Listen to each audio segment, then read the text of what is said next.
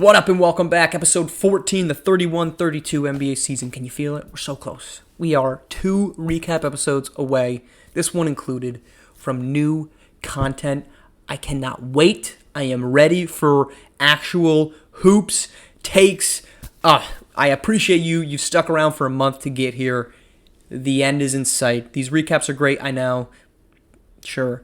But the real stuff is coming, and I can't wait.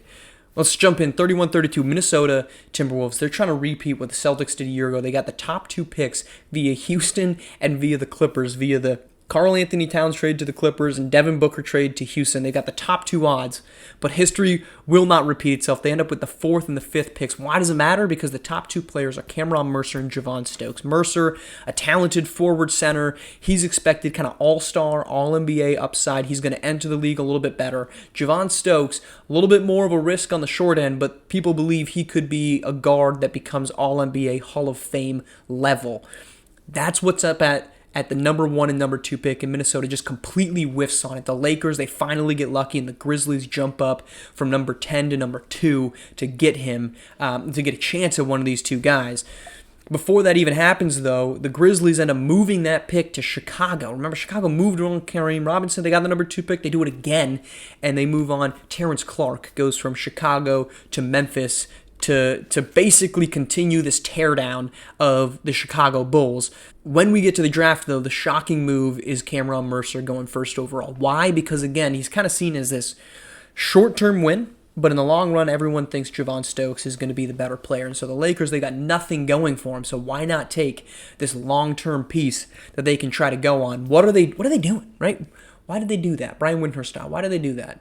Because they're trying to start piecing things together. Cameron Mercer decides to be that first piece. That means Javon Stokes goes to Chicago, pairs with Dakota Motley, pairs with Tyrese Alston. It's a smaller group, but it's one that the team is clearly pretty high on. Other big pick, Ty Law with New Orleans. He's a name not to sleep on early on in the NBA season. Again, these guys are entering their 3rd season now as we're about to begin 2034. The offseason, though, 2031 could rival that of 2024, that historic one.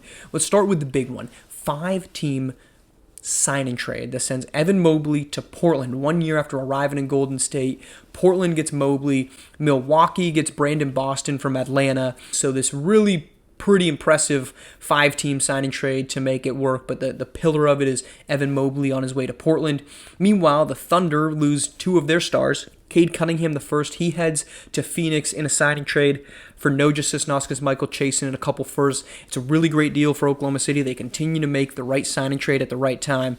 And then the funny one, D'Angelo Ion, he's a restricted free agent for the Clippers. A Los Angeles native, went to UCLA, but he does not want to play for the Clippers anymore because they completely mortgaged their future when he was still on a rookie deal to get Jaylen Brown that didn't pan out, to get Karl Anthony Towns that tore his Achilles as soon as he got there. He says, I'm going to sign the offer sheet unless you move me. Just a stones in move by him. Clippers are like, nah, we'll do it. We're gonna call your bluff. Finally, they accept the terms that they're gonna have to trade him, and they do. They deal him to the Lakers for 5 first-round picks, a sign and trade that Clippers now have draft control of the Lakers for the next 5 years. So it's D'Angelo Ion and it's Cameron Mercer, the foreseeable future of the Los Angeles Lakers front court. Not the only forward to be on the move, though. Ibrahim Mobley tore his Achilles late in the season. It's part of why last season the Thunder didn't really have a great playoff push. No market for him. He ends up signing a mid-level exception, $12 million with the Las Vegas Reign. At the time, they became the Las Vegas Knights. But he ends up going there for 12, 1+1 to really regain his market for the coming season. When we get there, 31-32 is absolutely historic.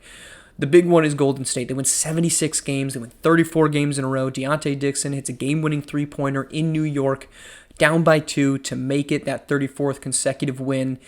It's a dynamic team, right? They lose Evan Mobley, but somehow they get better with Patrick Morris Sr. on the squad, Jonathan Kuminga, Javon Roll, the reigning MVP, Deontay Dixon, Jalen Blackman. This team is absolutely loaded. Meanwhile, the Kings, they make a pretty big move, and the Bulls give up the 3rd piece of what was supposed to be their big 3. Tyrese Alston heads to Sacramento for a handful of picks, and then Davis Montgomery, now the 2nd overall pick in 29, on his 3rd team in 3 years as he goes to Portland. Last big moment was Game 82, as it's so affectionately known in Brooklyn, when Louis Morgan and Brighton Reed suffer ankle injuries in the final game of the regular season, a must-win game that they needed to get in. They do win it to get the 8 seed, but they lose both of them for the playoffs in a win in double overtime over the Boston Celtics. That gets them 45 wins and a date with Jason Sanders, Cameron Sullivan, and the Cleveland Cavaliers in the opening round. The Warriors, of course, they win 76. The new-look Suns with Jacoby Cleaves and Cade Cunningham, second-best record in the Western Conference with 54. It's back-to-back MVPs for Javon Roll, 31 points per game. Dwayne Qualls, the guard fiend himself, gets a Defensive Player of the Year, and then Rookie of the Year is Cameron Mercer. All-NBA teams is Trey Hunter returning to full health and making a first-team All-NBA. Jacoby Cleaves makes it. Jonathan Kuminga keeps his streak of first-team All-NBAs going.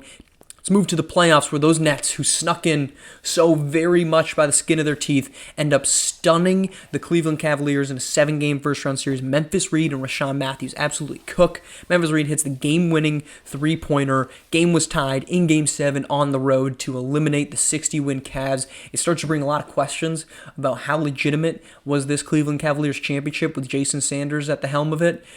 Starting to be very much in doubt. Meanwhile, the Celtics make it all the way to the conference finals, where they fall to Trey Hunter, Jalen Green, and Jason Tatum, who were kind of nearing the end of this. Look, man, do we think this is legitimate? Should they offload one of them? The Magic were doing better when Jason Tatum wasn't there. Not this time. They go all the way to the NBA Finals, where they get a date with Golden State, who's back for the second straight year. When we get to the finals, it's an exciting one. The Magic out the gate with 2 straight wins, 145, 142, 123, 108 on the road in this one. Absolutely incredible series. Right away, Trey Hunter with 58, Javon Roll with 61. This is a guard v guard matchup that should go down in history as maybe the best guard and guard matchup in the NBA Finals. But the big one was Game 4. Golden State is down 110-102 with 131 left to play in this one, and Javon Roll just takes over. He scores 8 points in that final frame, including a go-ahead layup as nearing time expiring, ends up with 55 points as Golden State rallies back to tie this thing up. They were just on the edge of going down 3-1, not so much, and then they rally back, win Game 5 at home, go on the road and take down Orlando in Game 6, 50 points in that one. Roll averages 50.5, nights of 58, 41, 46, 55, 50, and 50. I don't know how you say that's not the best NBA Finals performance of all time. I hear the MJs. I hear you calling for it, but I don't know that there's anything better than that. And Golden State, for the second straight season, NBA champions.